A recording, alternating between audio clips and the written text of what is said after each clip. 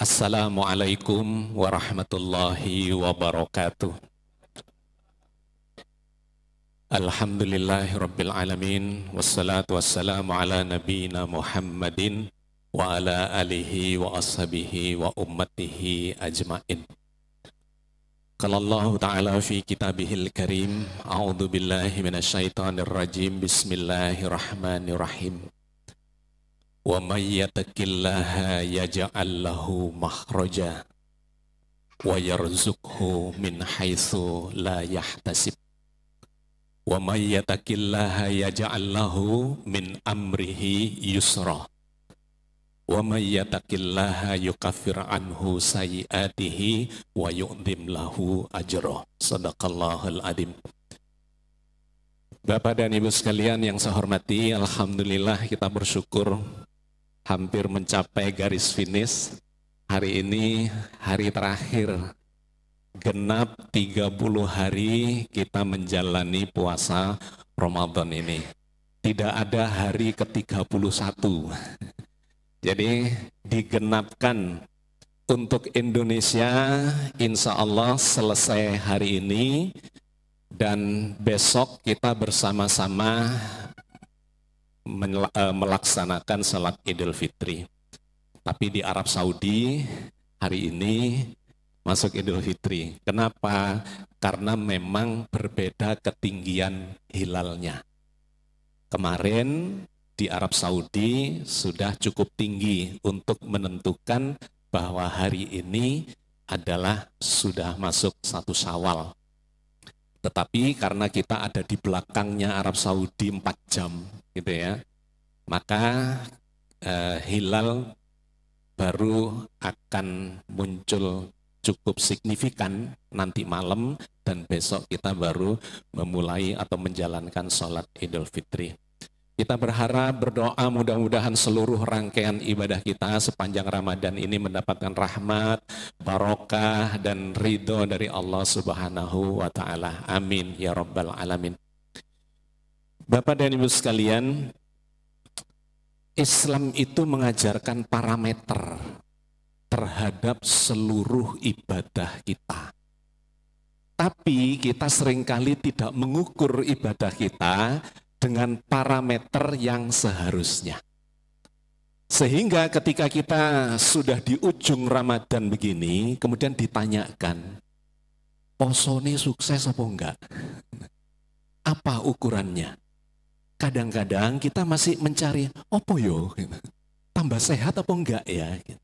Karena kata Nabi, sumu tasihu, berpuasalah maka kamu akan sehat.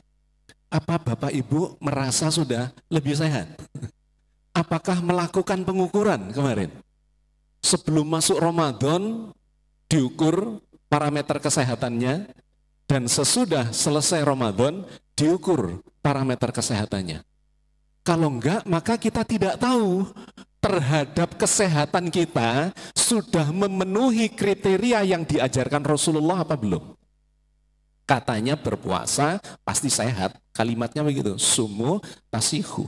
Berpuasalah, kamu pasti sehat. Lek enggak sehat, berarti posone salah. Kan sesederhana itu sebetulnya untuk ngetes atau ngecek ya, puasa kita ini benar apa tidak dari satu sisi secara lahiriah. Kalau secara mudah, saya seringkali mengatakan ke kawan-kawan, janjane gampang. Sadurunge poso ditimbang. Berat-beratnya ditimbang. Keluar Ramadan ditimbang maneh. Kalau lebih berat, nah poso ini salah. Kenapa? Berarti sepanjang Ramadan makannya lebih banyak dibandingkan sebelumnya. Padahal dikurangi di Ramadan itu, dan ada efek namanya autofagi atau autofagosum, di mana orang yang tidak berpuasa katakanlah mulai jam 4 sampai katakanlah jam 6 sore, jam 18, berarti kan 14 jam. 8 jam pertama itu normal pencernaan. Begitu 8 jam selesai mencerna, mulai duhur sampai maghrib, sebetulnya badan itu bersih-bersih. Saluran pencernaan itu resiki, wah kayak sampah-sampahnya membusuk di situ, bikin luka, abses dan sebagainya, bahkan ada yang bernanah. Kenapa? Diajar terus makanan sepanjang tahun, pencernaannya tidak bagus gitu. Maka ringkas kata, parameter yang pertama orang sukses puasa mestinya lebih sehat. Nah monggo, kalau kemarin sempat diingat-ingat berat badannya sebelum Ramadan berapa? Nah sesudah Ramadan ditimbang ya. Tambah berat rek. 1 kilo, 2 kilo. Mestinya turun ya, yang benar turun. Itu dari sisi kesehatan yang pertama. Yang kedua, apa parameternya menurut Al-Quran? La'allakum tattaqun. Mudah-mudahan dengan puasa itu kalian menjadi lebih bertakwa. Ya ayyuhalladzina amanu kutiba alaikumussyam kama kutiba alal ladzina min qablikum la'allakum tattaqun. Wahai orang beriman, berpuasalah kalian seperti orang-orang dulu juga berpuasa, la'allakum tattaqun, mudah-mudahan kalian menjadi lebih bertakwa. Pertanyaannya sekarang, apakah Bapak Ibu tahu dan merasa bahwa sekarang lebih bertakwa apa belum? Kalau nggak dirujukkan ke Al-Quran, maka kita nggak ada ukurannya itu. Dari sudut pandang spiritualitas ini, apakah kita menjadi lebih bertakwa apa enggak? Ternyata di dalam Al-Quran diberikan parameternya. Dan sesungguhnya seluruh ibadah kita itu ada parameternya. Cuma seringkali kita tidak merujukkan parameternya ke Al-Quran. Katakanlah misalnya zikir. Zikir itu kan pelajarannya di dalam Al-Quran luar biasa, banyak. Bahkan perintah satu-satunya ibadah yang suruh banyak-banyak berzikir, suruh banyak-banyak dilakukan, itu adalah zikir. Itu dengan ungkapan yang tegas sekali. Banyak-banyaklah, lakukanlah zikir dengan sebanyak-banyaknya. Bahkan berdiri berzikir, duduk berzikir, berbaring juga berzikir gitu ya. Qiyaman wa qu'udan wa ala junubihim. Tetapi zikir yang bagus itu apa Bapak Ibu? Parameternya apa? Apa lek wis 33? Subhanallah, subhanallah. Lah wis 33 waktune ganti alhamdulillah. Alhamdulillah, alhamdulillah, alhamdulillah. Wis 33 waktune ganti Allahu Akbar. Apa itu zikir yang bagus? 100 kali, 1000 kali? Bukan. Jangan-jangan kita cuma kejar setoran. Ketika ditanya subhanallah, kemudian kita ucapkan 3 kali, jenengan lebih ingat mana?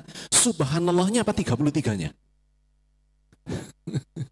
Lebih sering ingat 33-nya. Mbah subhanallah itu apa? Efeknya ya apa? Wes mbah urusanku. Sing penting subhanallah, subhanallah. Lah wis 33 waktune ganti alhamdulillah. Bapak Ibu, saya menyebutnya itu bukan berzikir. Itu sekedar mengucapkan kalimat zikir, tapi hatinya nggak nyambung ke Allah. Bu, artinya zikir itu, zikrullah itu ingat Allah. Lah kok ini zikir ingat 33 nih, gitu ya. Alhamdulillah, alhamdulillah, alhamdulillah, wis 33 waktu nih ganti Allahu Akbar. Lek nyekel tasbih, sing dieling pendule. Subhanallah, lah wis kena pendule, waktu nih ganti alhamdulillah. Padahal parameternya bukan itu, zikir itu. Kata Al-Quran, ala bidzikrillahi tatmainnul qulub. Ketahuilah orang berzikir itu hatinya akan menjadi tenang, menjadi tentram. Emosi dipakai zikir, hilang emosi ini Bapak Ibu. Gelisah dipakai zikir, hilang gelisahnya. Takut dipakai zikir, hilang takutnya. Itu semestinya parameter dari zikir. Wah, ini lek dibedah panjang. Sampai saya tulis ada 2 buku, satu zikir tauhid, yang kedua energi zikir alam bawah sadar. Ada energinya itu dan bisa diukur kalau energinya benar. Innamal mu'minuna alladzina idza dzukirallahu wajilat qulubuhum. Sesungguhnya orang beriman itu kalau disebut nama Allah hatinya bergetar-getar. Luwes bergetar durung, gitu ya. Jadi ada parameter, itu poin penting yang ingin saya sampaikan. Zikir ada parameternya, sholat ada parameternya. Sholat kita sukses itu apa? Apa wis lurus berarti? Apa kalau takbiratul ihramnya sudah di telinga terus hendak kepe di tengah atau rodok ngiwo, atau kita lihat di Mekah dilepas begini, macam-macam. Terus gerakan itu maknina, bacaannya tartil, makhrajnya bagus, dan seterusnya. Apa itu? Bukan ya kata Al-Quran. Ujungnya itu kata Al-Quran, inna sholata tanha anil fakhsya'i wal munkar. Sholat itu harus sampai bisa mengubah atau mencegah perbuatan keji di luar sholat. Lek STMJ, sholat terus maksiat jalan, durung sholat itu jari Al-Quran. Sholatnya khusyuk, rapi, tertib, rajin, wes pokoknya secara fikih nggak ada celahnya. Keluar masjid, nilai-nilai sholatnya hilang kabeh wes. Di dalam sholat, a'udzubillahi minasyaitonirrajim. Ya Allah, aku berlindung kepadamu ya Allah dari godaan setan yang terkutuk. Metu kok masjid, koncone setan toh. Di pekerjaan setan, di tonggo setan, di ketemu setan. Itu belum sholat kata Al-Quran Bapak Ibu. Meskipun namanya musallin, fawailul lil musallin. Celaka, siapa? Orang yang sholat itu. Alladzina hum an sholatihim sahun. Dia lalai terhadap nilai-nilai sholatnya. Bukan alladzina hum fi sholatihim sahun. Kalau pakai fi, itu berarti lalai di dalam sholat. Yang dipakai kalimatnya adalah an sholatihim sahun, terhadap nilai-nilai sholatnya. Di dalam sholat Allahu Akbar, Allah Maha Besar. Di luar sholat Allah kecil. Di dalam sholat berlindung pada Allah terhadap setan, di luar sholat koncone setan. Di dalam sholat Bismillahirrahmanirrahim, dengan namamu ya Allah semua ini. Apa yang kulakukan dalam hidup ini. Di luar sholat lali sama Allah. Di dalam sholat alhamdulillah bersyukur. Di luar sholat mengeluh terus. Bangun tidur sampai tidur kembali. Bapak Ibu, itu kata Al-Quran belum sholat. Sholat itu harus terrefleksi nilai-nilai sholat itu di luar sholat. Termasuk haji. Kenapa haji mabrur? Ya karena sepulang haji harus lebih baik dari sebelumnya, begitu. Bukan di sana sukses muter-muter ping pitu, mencium hajar aswad, segala macam yang di sana. Lu durung nilainya itu nanti ketika pulang. Nah, gitu. Termasuk Ramadan kita harus diukur. Apa ukurannya? Menjadi bertakwa. Loh, takwa itu apa? Jangan-jangan kita nggak tahu takwa itu apa. Bedanya takwa dengan beriman apa misalnya? Kadang-kadang orang ambigu. Pokoknya kita meningkatkan iman dan takwa ya. Loh, jane apa iman dan takwa itu? Gitu. Kalau kita pelajari di dalam Al-Quran, rujukannya jelas. Beriman itu menuju keyakinan. Jadi kalau jangan yakin terhadap agama ini, seyakin-yakinnya, itu artinya beriman. Tapi ternyata ada prosesnya. Ilmul yakin, ainul yakin, hakul yakin. Gak gampang yakin itu. Bukan cuma sekedar percaya. Wis Pak, percaya Pak, poso iku apik. Ya wis percaya. Percaya kok pakai ya wis gitu ya. Belum. Pelajari ilmunya. Ketika dia sudah mempelajari ilmunya sampai membaca penelitiannya bahwa ini menyehatkan lahiriah, batiniah, spiritualitas menjadi lebih bagus sampai dapat hadiah Nobel dan seterusnya, dia yakin, maka ilmu yakin. Yakin karena keilmuan, karena faham. Nah, itu langkah pertama, keimanan. Terus ditakoi, yakin, yakin. Wis moco penelitiannya, wis ngelakoni. Lu durung Begitu dia belum menjalankan, maka levelnya masih level 1. Ilmu yakin. Tapi lek ngelakoni, sehat. Ya bos, dicek ke lab. Iya sehat. Terus lebih tenang. Iya. Terus lebih terkontrol, gak emosian, gak murang-muringan, gak gitu ya, sabar, ikhlas, taat, segala macam. Keluar semua parameternya. Iya. Nah, ainul yakin. Ain itu mata, merasakan, melihat sendiri, membuktikan sendiri efek dari puasa itu memang benar seperti yang diceritakan Al-Quran. Naik lagi menjadi hakul yakin. Kenapa?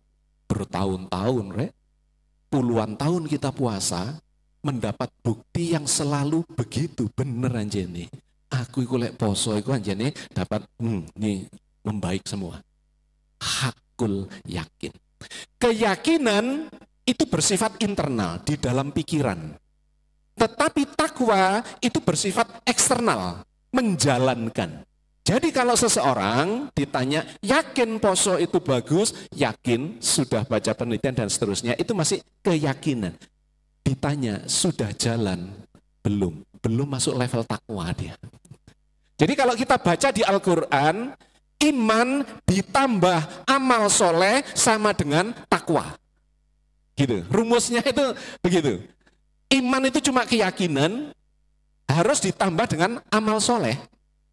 Maka itu menjadi takwa. Nah ketika masih iman, Quran itu manggil semua. Dipanggili, wahai orang beriman, berpuasalah. Wahai orang beriman, jangan kerjakan riba. Wahai orang beriman, sholatlah. Wahai orang beriman, wes pokoknya dipanggili itu orang beriman itu. Tapi kalau sudah takwa, jaminan langsung muncul Bapak. Wasari'u ila maghfiratin min rabbikum wa jannatin arduhas samawati wal ardu u'iddat lil muttaqin. Bersegeralah kalian kepada ampunan Allah dan surga yang luasnya seluas langit dan bumi, u'iddat lil muttaqin, yang disediakan buat orang bertakwa. Baca ayat-ayat tentang ketakwaan. Itu gandengannya surga, Pak. Takwa surga, takwa balasan-balasan yang luar biasa. Nah, jadi Bapak Ibu, kenapa Al-Quran mengatakan naik kelaslah, ya ayyuhalladzina amanu ittaqullaha haqqa tuqatih wala tamutunna illa wa antum muslimun. Wahai orang beriman, diceluk mana? Bertakwalah kalian dengan sebenar-benarnya takwa, sesungguh-sungguhnya, dengan penuh perjuangan, usaha yang keras. Karena amalan itu nggak segampang teori. Berjuanglah untuk mencapai apa? Takwa. Ittaqullahnya pakai haqqa tuqatih gitu. Benar-benar nih, usahakan. Saya ditambahi mana? Wala tamutunna illa wa antum muslimun. Awas, jangan kedahuluan mati. Kecuali dalam keadaan berserah diri. Puncak dari perjalanan Islam, spiritualitas di dalam Islam adalah berserah diri. Dimulai dari keimanan itu ilmu, keilmuan, fahami sampai yakin. Yore, tapi ojo mandek di yakin toh, lakonono, amal soleh. Kalau sudah dijalankan, ketemulah yang disebut sebagai takwa. Lu takwa itu lu saya dikongkon mundak mana? Wala tamutunna illa wa antum muslimun. Jangan kalian mati kecuali sudah berserah diri. Yaiku Islam sing sejati ku yaiku. Duduk KTP ini wis Islam, jenenge wis Islam, pakaiannya wis Islam. Bukan. Yaiku wis prosesnya panjang kayak begitu dan itu sepanjang hidup. Oke. Bapak dan Ibu sekalian, takwa adalah parameter Ramadan, puasa Ramadan. Wahai orang beriman, berpuasalah kalian seperti orang-orang dahulu berpuasa. Mudah-mudahan kalian menjadi orang bertakwa. Nah sekarang opo parameter takwa? Tadi kan secara umum adalah amal soleh. Maka diceritakan di ayat surat Ali Imran ayat 133 sampai 134 tadi yang sebagainya saya baca itu. Wasari'u ila maghfiratin min rabbikum wa jannatin arduhas samawati wal ardu u'iddat lil muttaqin. Bersegeralah kalian kepada ampunan Allah dan surga yang luasnya seluas langit dan bumi disediakan buat orang bertakwa. Jadi kalau bertakwa dapat ampunan dan dapat surga. Terus dijelaskan oleh ayat 134-nya. Siapa itu orang yang bertakwa itu? Alladzina yunfikuna fis-sarra'i wad-dharra wal kadhiminal ghaidha wal 'afina 'anil nas wallahu yuhibbul muhsinin. Yaitu orang-orang yang yunfikuna fis-sarra'i wad-dharra. Dia gampang menafkahkan harta bendanya di jalan Allah. Dalam keadaan lapang maupun dalam keadaan sempit. Bapak Ibu, monggo diukur masing-masing. Perasaan kita ketika mengeluarkan, membelanjakan ya, yungfikuna membelanjakan harta bendanya, itu enteng apa enggak? Di jalan Allah.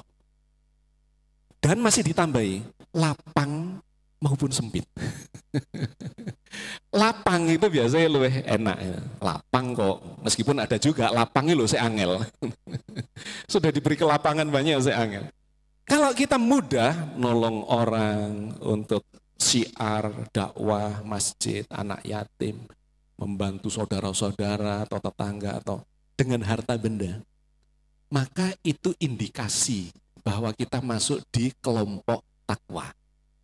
Dan kita mengukur saat durungi Ramadan wingi, rada angel rek. Mari Ramadan lebih mudah. Maka puasa kita sukses. Ada dampaknya terhadap jiwa kita. Bahkan sempit itu loh. Sempit rek. Tapi kono sing luwih sempit yo. Ya sebagai titik eding yo. Masih mantu. Tapi kuncinya ada di perasaannya. Perasaan yang mudah menafkahkan harta benda di jalan Allah, lapang maupun sempit. Itu poin yang pertama, monggo diukur masing-masing. Yang kedua, yungfikuna fis-sarra'i wad-dharra wal kadhiminal ghaidha wal 'afina 'anil nas. Orang itu sulit marah, gampang memaafkan. Ini parameter takwa Bapak Ibu. Monggo diukur. Kita ini sulit marah, gampang memaafkan, ataukah gampang marah, sulit memaafkan? Nah, wali kebanyakan. Kebanyakan gampang marah, sumbu pendek. Ono opo teng, murang-muringnya di sini. Gampang marah, sulit memaafkan. Orang bertakwa itu sulit marah. Lihat murang-muringu mikirnya bolak-balik. Murang-muring gak yo, murang-muring gak yo. Gak wis. Murang-muring enggak yo. Gitu, itu bolak-balik mikir. Tapi kalau memaafkan gampang. Pak, sorry yo Pak, aku salah ya mau ini. Yo yes gak apa-apa, tak maafno tapi ojo ngono maneh lho yo. Tapi gampang gitu ya, memaafkan. Itu adalah tipikal orang yang bertakwa. Sulit marah, gampang memaafkan. Wal kadhiminal ghaidha wal 'afina 'anil nas. Wallahu yuhibbul muhsinin. Nah, terus dilanjutkan lagi di ayat berikutnya. Alladzina idza fa'alu fahishatan aw dzalamu anfusahum dzakarullah fastaghfaru li dzunubihim wa yaghfiru dzunuba ilallah wa lam yusirru ala ma fa'alu wa hum ya'lamun. Ya, 135. Yaitu orang-orang yang ketika melakukan kesalahan, dosa, dia segera ingat Allah. Dan mohon ampun kepada Allah. Ya Allah salah, ya Allah ini tadi ya Allah. Mohon ampun ya Allah, mohon maaf. Nggak sengaja ya Allah. Kedadian. Atau ya Allah nggak mampu menahan diri, ya Allah salah ya Allah. Mohon ampun ya Allah, bimbing beri kekuatan supaya nggak terjadi lagi. Atau bahkan ya Allah sengaja ya Allah, mohon ampun ya Allah, sengaja tadi. Khilaf ya Allah mohon ampun. Allah maha mengampuni kok. Orang bertakwa itu bukan orang yang tidak pernah berbuat salah. Enggak ada Bapak Ibu. Manusia itu tempatnya salah, tempatnya lupa, tempatnya khilaf. Itu bagian dari kemanusiaan. Tetapi orang bertakwa adalah orang yang ketika melakukan kesalahan, keji katanya terhadap diri sendiri apalagi terhadap orang lain, dia segera ingat Allah, ya Allah salah. Mohon ampun dan berjanji tidak meneruskannya. Walam yusirru ala ma fa'alu wa hum ya'lamun. Karena dia sudah tahu bahwa ini salah, tidak melanjutkan. Artinya kontrol dirinya bagus. Kalau berbuat baik itu cepat, lek berbuat jahat tidak baik, yang negatif, mikiri bolak-balik. Lek kadung keterlanjuran salah, maka dia segera ingat Allah, mohon ampun, dan tidak melanjutkan perbuatan. Itu sebetulnya yang penjelentrehan makna dari orang yang bertakwa. Yang seringkali kalau Jumatan cuma kita dengar, bertakwa itu adalah gitu ya, senantiasa menjalankan perintah Allah dan menjauhi larangannya. Tapi saking seringnya krungu terus gak ro jelentrehan iki janjane ya opo gitu.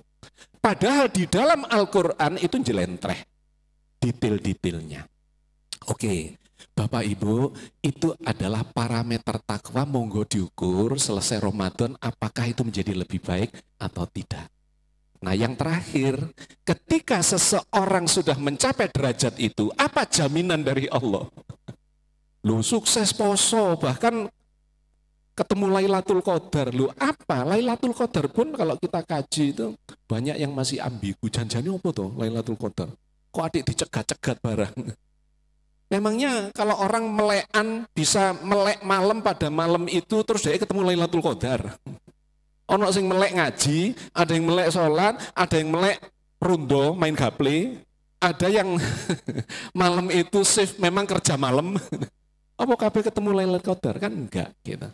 Nah itu harus didetailkan pemahamannya. Tetapi orang yang bisa mendapatkan Lailatul Qadar dijanji sama Allah mendapatkan kebajikan 1000 bulan. Nah itu penjelentrehannya seperti apa? Ini berimpet dengan ketakwaan itu tadi. Sebetulnya ketika sukses puasanya, Lailatul Qadar itu akan menemui orang yang sukses berpuasa. Gak iso dicegat-cegat Bapak Ibu. Gak iso dicegat-cegat. Wong di sini malam, di Amerika siang kok gitu. Terus kita nyegatnya di mana gitu.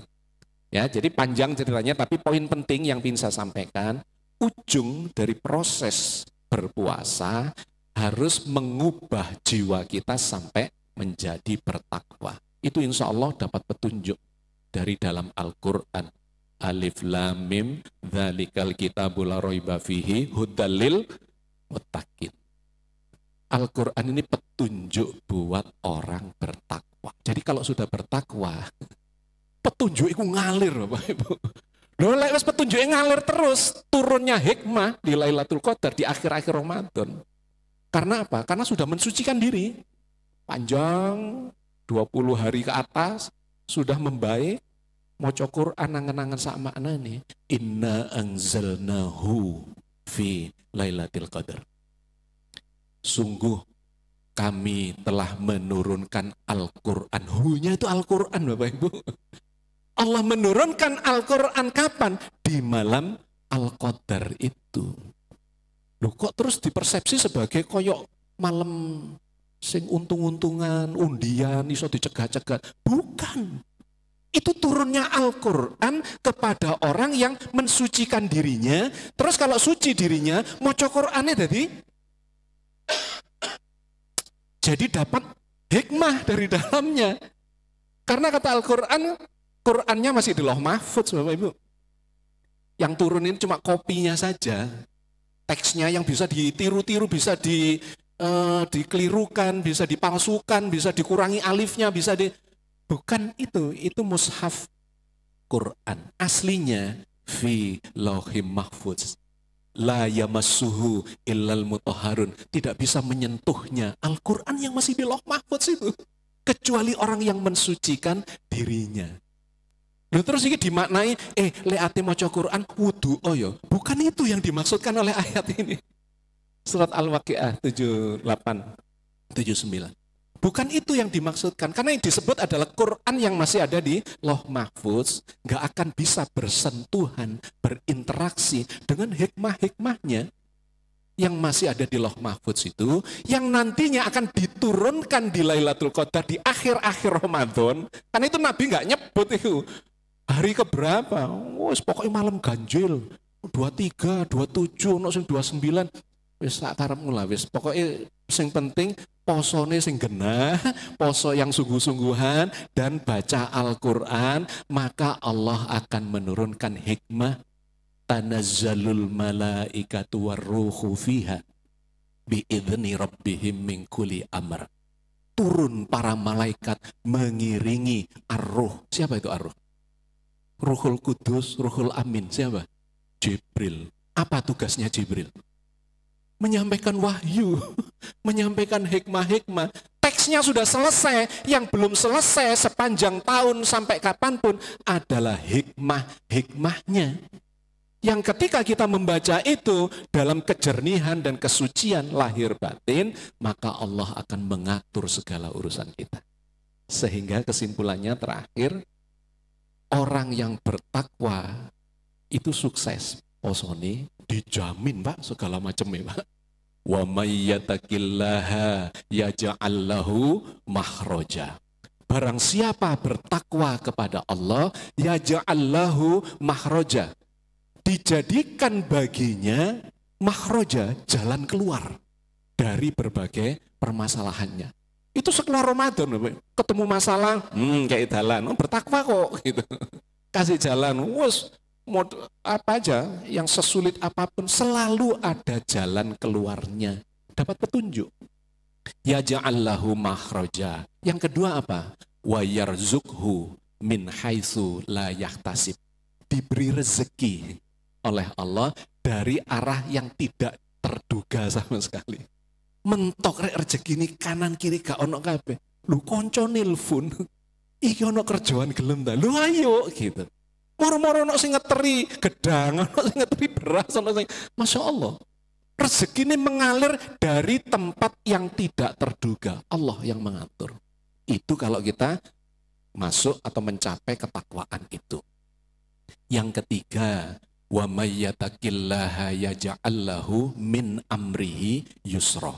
Barang siapa bertakwa kepada Allah, maka Allah akan memudahkan segala urusannya. Kalau yang pertama tadi ketemu kesulitan, dikasih jalan keluar. Loh yang ketiga ini lebih dahsyat lagi. Allah memudahkan hidupnya, segala urusannya. Wong liya ngomong, wangel rek urip iku wangel. Loh aku kok gampang yo. Itu yang disebut Al-Quran sebagai orang yang beruntung. Menang itu bukan cuma karena skill, kemampuan, keilmuan, dan sebagainya. Bukan. Kadang karena keberuntungan. Yo, sing seneng bola. Bukan karena hebat, sekedar hebat timnya. Kadang-kadang karena keberuntungan. Dimudahkan itu contoh gampangnya gini, Bapak Ibu. Di mall atau di tempat keramaian, parkirnya padet. Wes kabeh penuh rek, penuh metu enggak. Kita datang, ono uang parkir metu. Awak dhewe untuk parkiran. Sesederhana itu Bapak Ibu. Ya keberuntungan itu. Uripe pas-pasan. Pas butuh parkiran ono parkiran. Pas butuh makan ono makan. Pas butuh minum dapat minum. Pas butuh jodoh dapat jodoh. Pas butuh omah pas-pasan uripe. Kenapa? Karena Allah memudahkan ya hidupnya. Dia tidak terjebak pada urusan duniawi. Tenang. 3. Dan yang terakhir, wa may yattaqillaha yukaffir anhu sayyi'atihi wa yu'dzim lahu ajra. Orang bertakwa itu diampuni dosa-dosanya dan dilipat gandakan amal kebajikannya. Masya Allah. Mudah-mudahan Bapak Ibu mendapatkan ketakwaan dari Ramadan ini. Mudah-mudahan Allah terus membimbing kita di dalam jalannya yang lurus sampai kapanpun kita kembali kepada Allah dalam keadaan yang husnul khatimah. Amin ya rabbal alamin. Assalamualaikum warahmatullahi wabarakatuh.